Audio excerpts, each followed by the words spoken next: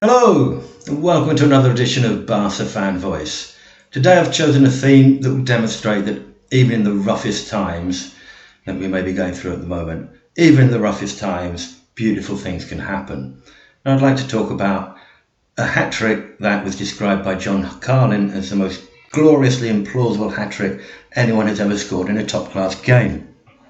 This was a piece of beauty. It was dramatic, it was important, it was probably the best hat-trick ever scored.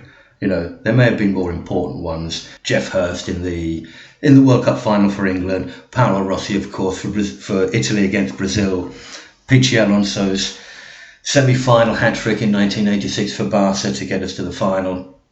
It would probably be more important. But this hat-trick was vital. It classified Barça for the Champions League. It was dramatic because it was last minute, and beautiful because there were two 30-yard strikes and an overhead kick from the edge of the area. Now, as I said, these were rough times, and for Barca it was certainly a very tough time this period. The previous season had finished in turmoil, with President Núñez leaving the club after 18 years as president, followed by Louis van Gaal, who resigned, and we had elections with Joan Gaspar coming in as a new president.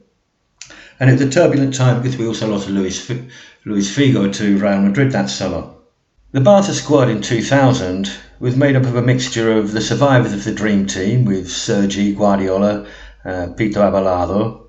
There was a Dutch contingent left over from Van Gaal with Reisiger, Frank de Boer, Cocu, Kluivert, Zenden. Then there were the other Van Gaal misfit signings like Danny Garcia, Simao and Litmanen.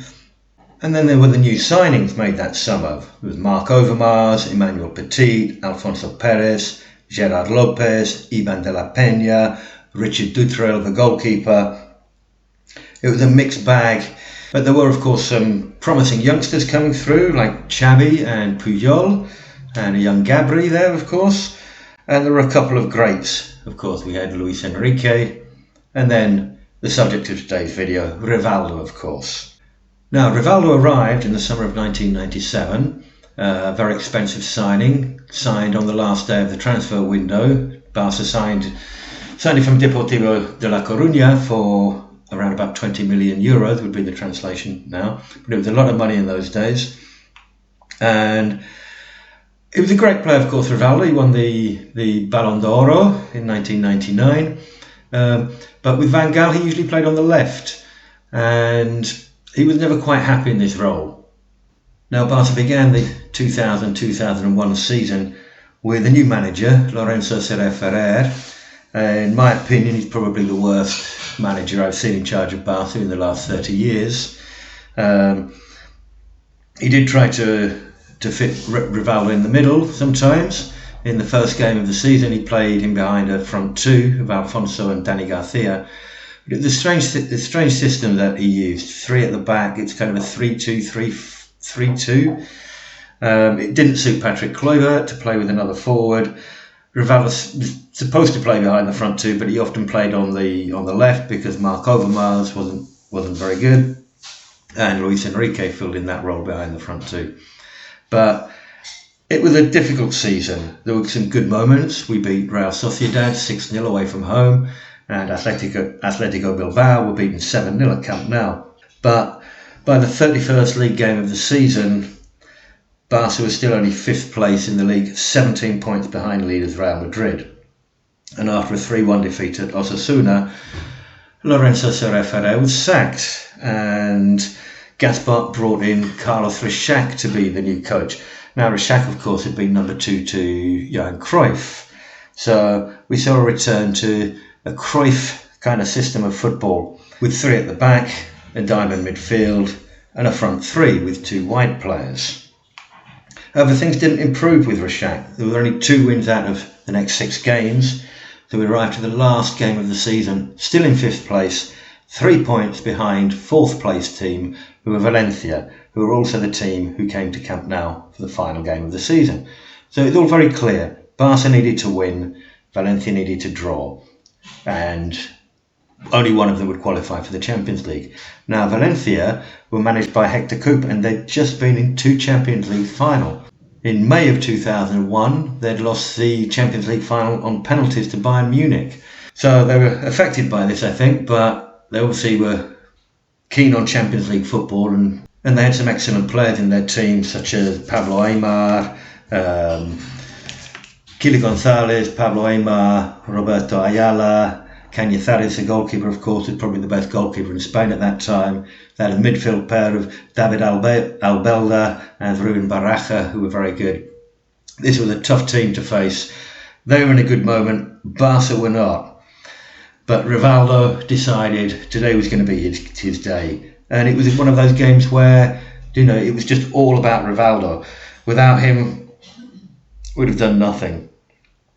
Luis Enrique was suspended for the game, having been sent off in the previous home game, which was a defeat to Oviedo 2 weeks before, who were incidentally coached by Radomir Antic, who would later become briefly Barca's coach. So Barca lined up that day with Richard Dutrell in goal, the back three of Puyol, Frank de Boer and Sergi Barjuan. In midfield, Pep Guardiola, Gabri, Cocu and Rivaldo, and up front we had Simao, Kluivert and Marc Overmars. So it took just 3 minutes for Barca to take the lead in this game. A free kick with 130 yards out, long way out, but not for Rivaldo. He got a sweet shot over the wall, curling away from the goalkeeper, that hits the post and goes in off the post out of the goalkeeper's reach. A perfect start for Barca. Champions League beckons. But Valencia had other ideas. On 25 minutes, Baraja equalised for Valencia. The Camp Nou began to get nervous. Then a minute before half-time, it was Rivaldo again. And he hit another 30-yarder. This time it wasn't a free kick. He drifted in field from the right, received the ball from Sergi. He sold a dummy to make a bit of space away from Kili Gonzalez. And he hit a tremendous low shot that this time swerved the other way, fooling Cañizares, who just got his fingers to it but couldn't keep the ball out, to make it 2-1 to Barca at the break. However, the second half began. Valencia again came out, got an equaliser to make it 2-2, another goal from Baraja. Barca had to get a goal. They had to get this goal, but it wouldn't come. Rishak made some changes.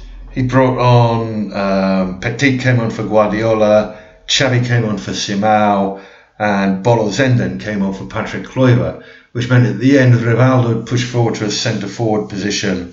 Everybody was pushing forward. Valencia were hanging on, but Barca couldn't push through. And then this magic moment arrived. The 88th minute had passed. Frank de Boer's got the ball. He chips the ball forward to Rivaldo. Rivaldo's on the edge of the area. He's being marked from behind. He arches his body to chest the ball up into the air, and it goes up about 12 feet into the air, the ball. And as it comes down, he falls backwards and lets fly with the most beautiful overhead kick. Then again, swerves away from the goalkeeper, hits the post and goes in. Pandemonium breaks loose. It was unbelievable. The scenes in Camp Nou, from the president to the players, it was a beautiful moment in a very bad season. Third goal alone has to be a candidate up there for one of the greatest overhead kicks of all time. I'm sure it's up there in the top 10. But the hat-trick, it's got to be, for me, the best of all time. What do you think? Can you remember a better hat-trick? Let me know with a comment. If you like the video, if you like what I'm doing, give us a thumbs up. And please subscribe to the channel. I need all the help I can get. Okay, now I'll be back on Friday with another video. And until then, Bisque el Barça. Take care of yourselves. Take care of each other. I'll be back on Friday for another video. Bye for now.